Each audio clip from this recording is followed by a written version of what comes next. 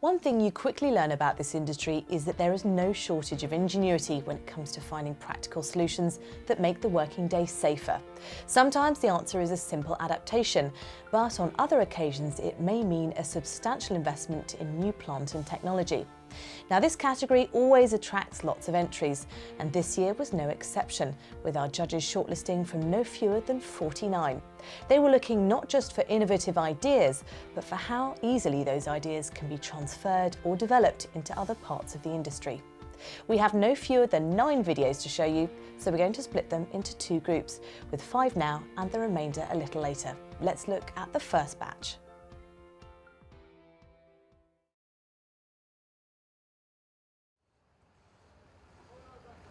Large reels of steel reinforcement wire are a key constituent of the rail sleepers produced by Cemex Rail Solutions at Washwood Heath in Birmingham. Handling them using a fabric sling risked damage, but also posed hazards if the sling snapped. Well, the solution we came up with is the new Strand turning machine here, which automatically turns the strand up, so there's no manual handling involved in that. And also, instead of having the material strap, we've got the metal C-hook as well. So once that's attached to the strand and lifted with the fork truck, there's no potential for it to fall or snap, and it's much safer for the guys to work with. The benefits on the quality side of things, the turning of it and the use of the metal C-hook instead of the strap, there's no damage to the strand now. And more importantly, on the health and safety side of things, there's less manual handling, less potential for the guys to get hurt, and it's much safer and a lot more secure.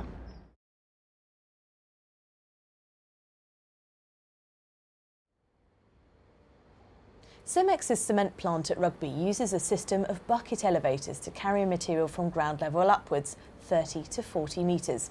Checking and replacing damaged buckets and chains is an essential process. So following a global safety alert, it was highlighted the fact that without restraining the elevators physically, there is a high risk of people getting injured, either cleaning or carrying out maintenance to the bucket elevators. So the risk of injury was mainly highlighted due to a failure of the non-return gearbox clutch at the top. This would allow the bucket elevator to start rotating. Part of the safety alert that we received was that this had caught a person's clothing or part of their body and seriously injured them. The solution that we came up with was the Bucket Elevator Mechanical Isolation Safety System, or BMIS. Very simply, it's a way of securing the elevator to prevent it rotating by inserting a calculated weight bar in at fixed points, either 2 or 3 points depending on size of the elevator. This in turn will stop the elevator rotating should either the gearbox fail or should the chain fracture. It's good for us to use, it's very simple, but it also gives us peace of mind knowing that we can work safely around the bucket elevators, knowing that we can all go home safely at the end of the day.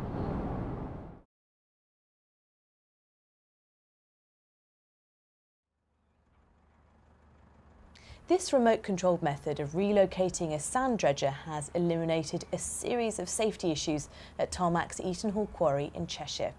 No longer do employees face hazards from the previously manual method using a boat and winches. From manual handling to slips, trips and falls into water, it had an assortment of potential problems. By the remote control, I can operate 4 winches on each corner and also a hoist that lifts the boom from out the water. I can sit in the pickup with the heater on, listening to a bit of Tom Jones at a safe distance away, and operate the dredge left, right, forward, backwards, up and down with the boom. We've alleviated manual handling, slips, trips and falls, a whole host of things, actually falling overboard as well. Like. It's made my job a lot easier, and it's made it a damn sight safer than it was before.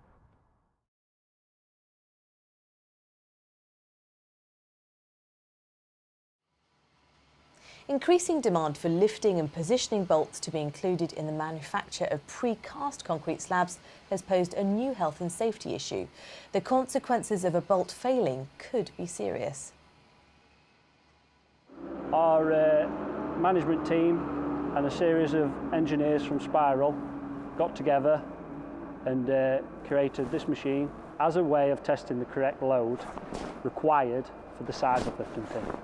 The operator will connect the shackle to the lifting pin We will then supply the correct amount of pressure to the beam and to the lifting pin to test that load so it can be lifted safely. After each pin is tested, on a sheet we record everything, either pass or fail. If it's failed, it is recorded on the sheet so it's identified. When it is identified, it will also be filled in with wet concrete so it cannot be used.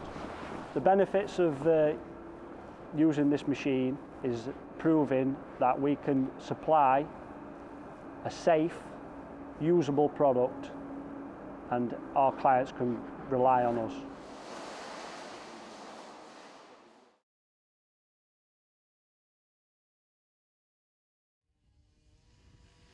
Jarcon's team at Lound is not short on good ideas.